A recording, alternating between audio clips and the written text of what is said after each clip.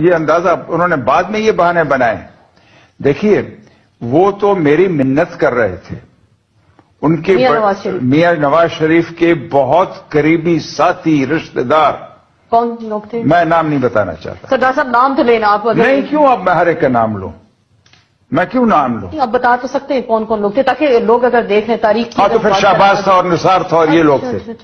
انہوں نے کہا کہ جی میاں صاحب یعنی ان کے والد صاحب جو ہیں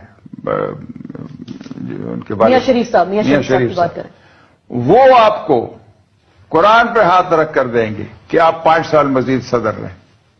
مجھ سے چاہتے کیا تھے وہ؟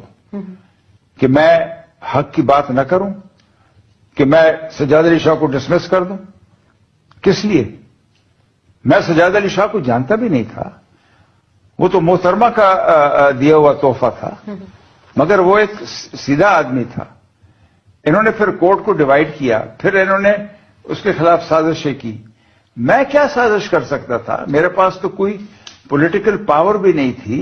میں آپ کے توسط سے، آپ کے ٹی وی کے توسط سے قوم کو بھی بتانا چاہتا ہوں، ملک کی بہتری کے لیے اور آئندہ کے لیے، کہ جس کا انلیجیٹمیٹ حرام کا بنایا ہوا پیسہ ملک کے اندر ہے یا ملک سے باہر ہے، وہ اس کو واپس کرنا ہے.